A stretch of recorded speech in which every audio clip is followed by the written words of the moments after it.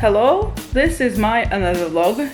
A few days ago, now it's September 9th, I was scrolling TikTok and came across Georgian book talk, and because of that I found out that there's this place in Tbilisi when you can exchange books. In English, of course, and I thought this was the perfect opportunity to take some of the books that I don't need anymore and to exchange them. Let's go pick up the books.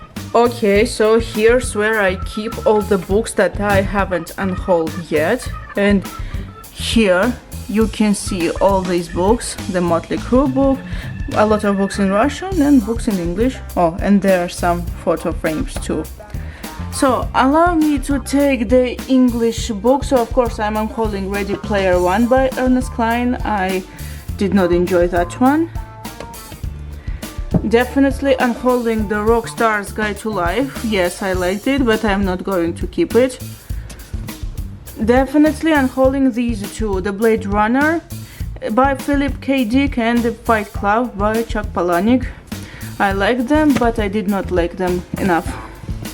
Oh, and there are also these three books, but I don't think they're going to fit to the small bag, so let them stay. Oh no, I'm wrong. Definitely getting rid of this book, and I'm going to pick another edition. Okay, the Sherlock Holmes books are staying for a while, next time, but these books definitely are going to go. Oh, and Motley Crue book is staying for a while because it's too big for me to carry.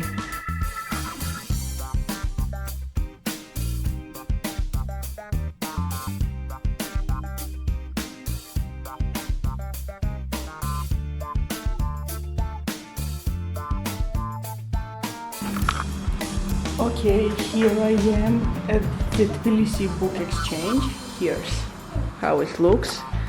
I walked all my way to get here, and now let's look at some of the books.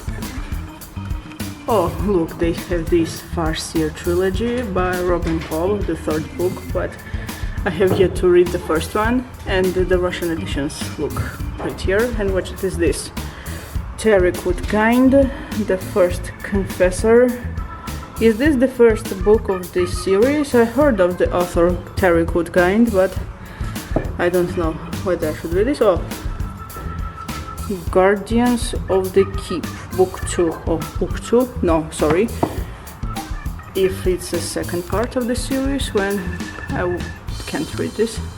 I definitely put my eye on Kings of Chaos by Pathfinder Tales by Dave Gross. What a last name, Gross. Yeah, Demon Apocalypse. Well, I need to think about this.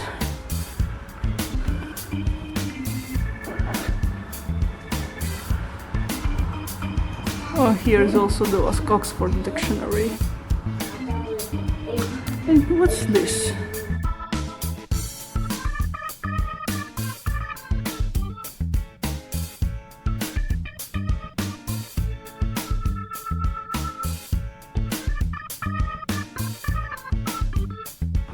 Oh, I found The Great Gatsby by F. Scott Fitzgerald.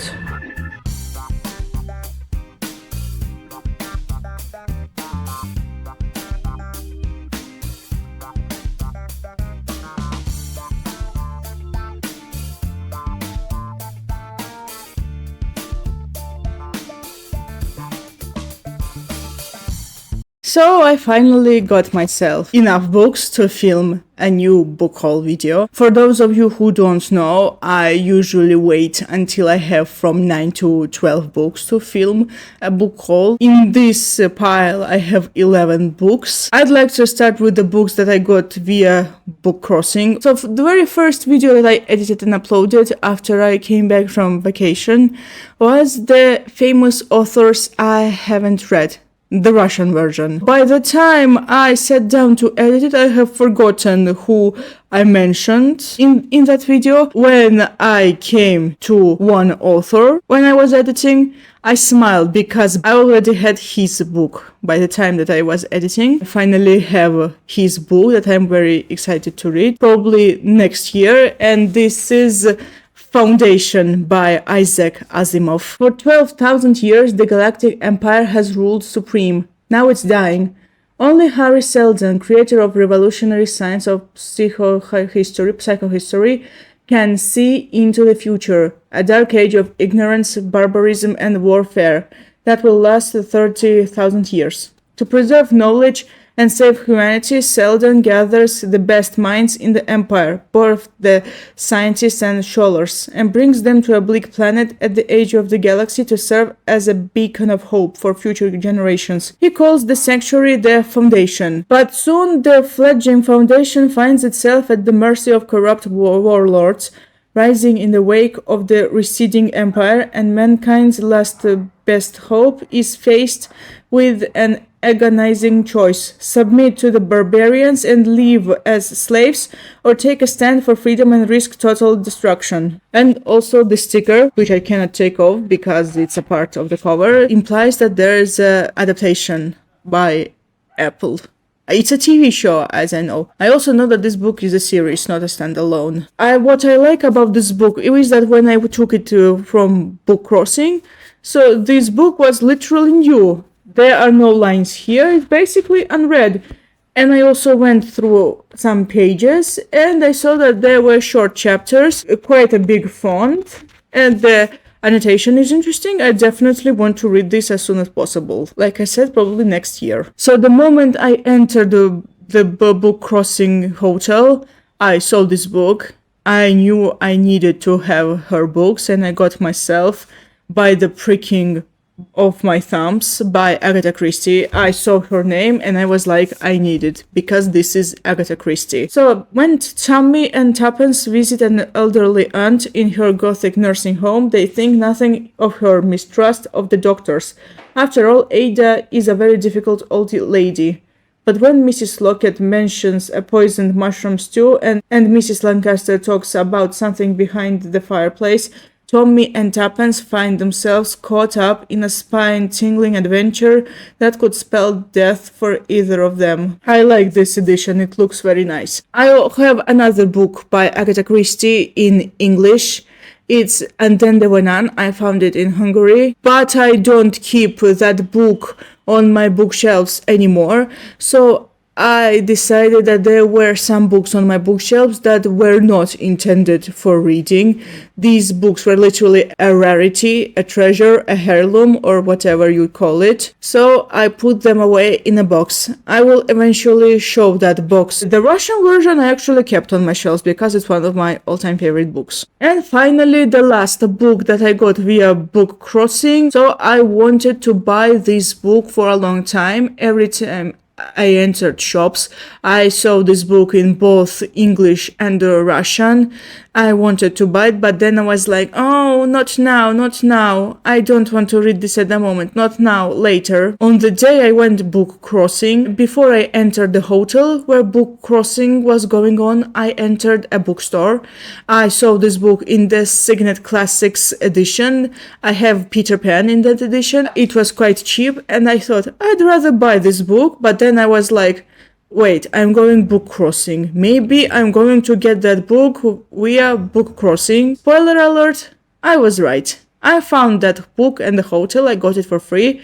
It's The Great Gatsby by F. Scott Fitzgerald. It's a very small vintage classics library edition. It's very thin and the font is very small. What do I know about this book? It's a classics. It's set in 1920s.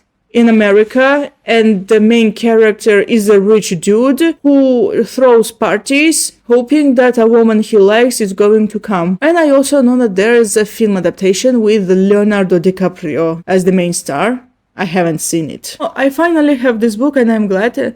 And since it's very small, I'm going to get through this. And I like how it opens. What I like about all three of these books is that if they have the minor damages, that's not a problem. But it's still nice to have books that look literally new. I think this isn't going to take a lot of time to read. I'll try to read it soon. The Great Gatsby isn't the only vintage classics library edition that I have. Literally on the next day, I went to a bookstore near me and I saw this book and it was quite cheap and I decided to get it for myself. And it's Alice Adventures in Wonderland by Lewis Carroll. So this book has both Alice in Wonderland and Alice Through the Looking Glass. I don't like this edition, to be honest. I believe that there are better editions and I hope one day I'll get them. But for now, I'm glad I have this one. It looks a little bit damaged, but I didn't mind. So, unlike The Great Gatsby, Alice has a much bigger font. I wish they made this book a little bigger, with a bigger font. I don't like when the font is too small. I actually read Alice once, but it was edition for those who was learning English. I found myself that I am very interested in reading some children's classics. Maybe that's because when I enter bookstores that are near me, I see them all the time. So Alice in Wonderland, Peter Pan, and what else? King Arthur and his Knights of Round Table by Roger Lansing Green, Robin Hood, and The Secret Garden, oh, I own that one, and Oliver Twist by Charles Dickens, and so on. By the way, these two books aren't my first books in Vintage Classics Library edition. I had Jane Austen and Charles Dickens in these editions, but I gave them away. I gave away Oliver Twist by Charles Dickens because I didn't like the edition because the font was too small and at the time I couldn't read English properly. And Jane Austen, I decided not to read. I'm not a huge fan of vintage classics library editions, at least not Alice in Wonderland, but for The Great Gatsby, I don't mind. So when I was buying Alice in Wonderland, I also saw this book. I was like, yes, I do need it, I need to buy this.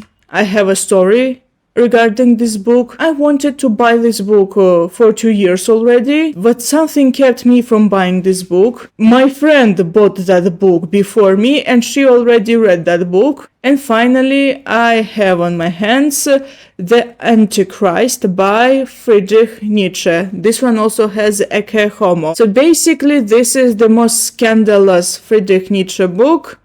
And this is basically a criticism of religion, particularly Christianity, and Ecce Homo is his autobiographical notes. Autobiographical was kind of hard for me to pronounce. In my philosophy books video, I said that you need to dive deep into Nietzsche or something along the lines. It means that you have to read Nietzsche slowly. But I went through some pages of this book and it seems much easier to read. And it's also much smaller than Zarathustra. So I have a funny story regarding my friend buying this book. 2 years ago, in 2021, me and my friend went to the bookstore to buy some stationery. And while picking up things in our basket, we saw this book, The Antichrist. And my friend thought, should I buy this? Should I really buy this book? Despite the fact that I haven't read The Antichrist, I convinced her to buy it. In front of us there was one woman who also wanted The Antichrist, and when my friend was about to pay for her copy, she had accidentally taken that woman's copy. This isn't the same edition. I'm glad that I finally have this book. Finally, after years of walking near that book, I finally have it and I'm going to go through this. I'm interested.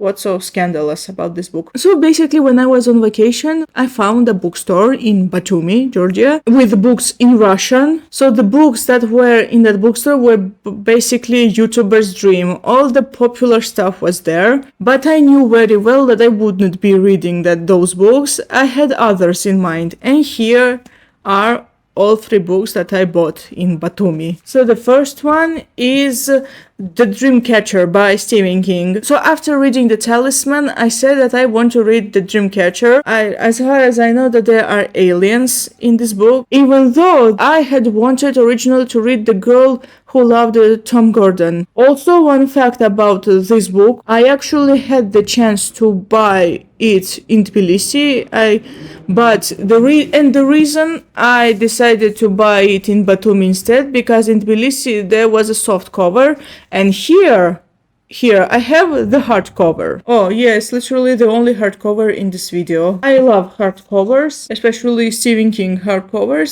It's nice to read in hardcover. I'll try to read this book as soon as possible. So basically you have a small town, 4 young guys and aliens. And there's also the magic artifact, so Dreamcatcher. I hope this book is quite as good as The Talisman. I absolutely love The Talisman. Now it's one of my all-time favorite books.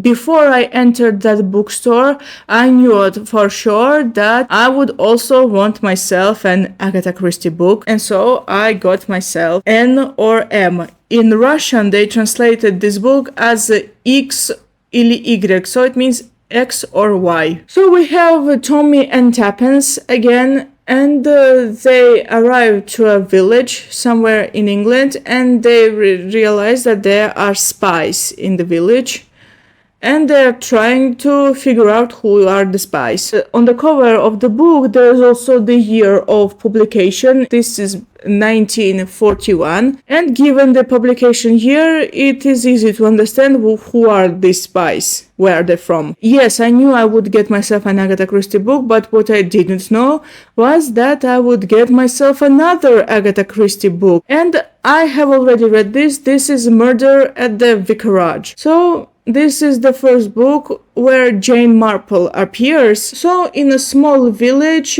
Colonel Prothero is killed, and everyone is a suspect, even the vicarage, in whose house there was a murder. I did notice a tendency in Agatha Christie books. The victim who is killed at the very beginning was hated by literally everyone, and everybody had a motive to kill them. Murder at the Orient Express, Death on the Nile, and now this book, Murder at the Vicarage. Agatha Christie likes making bad guys the victims at the very beginning.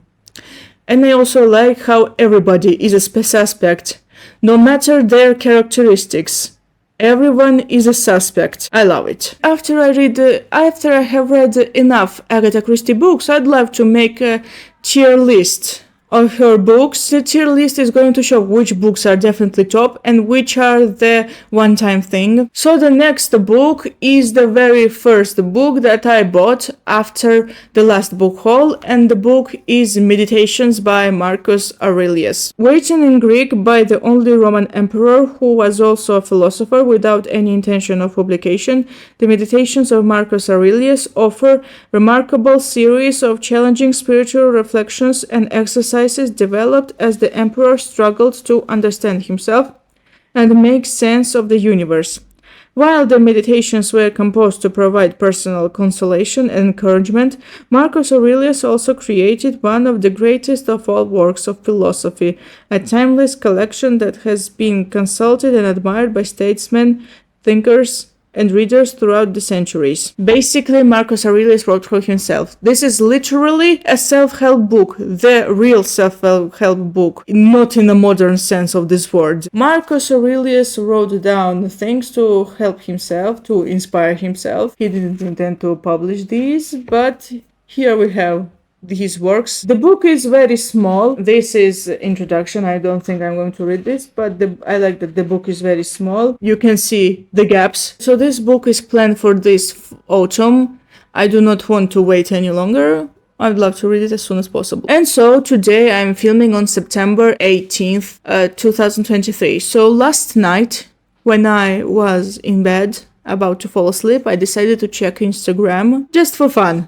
Didn't expect anything special. And while searching Instagram, I came across Tbilisi Book Exchange, the bookcrossing, where I got myself the first 3 books. and they posted a photo of their book collection in their stories, and I saw this book. The curiosity got the better of me. At least I got this book for free. So the book that I got is probably the biggest book in English that I have, and This Changes Everything by Naomi Klein. I have to confess, the topic of this book isn't quite the topic for me. I'm not a huge fan of this topic, but nonetheless, I still decided to give it a chance because I like expanding my horizons. When I want to, of course. The first book that I read is not enough, and to be honest, I did not know whether I should buy this book or not. I got myself that book because my friend gifted a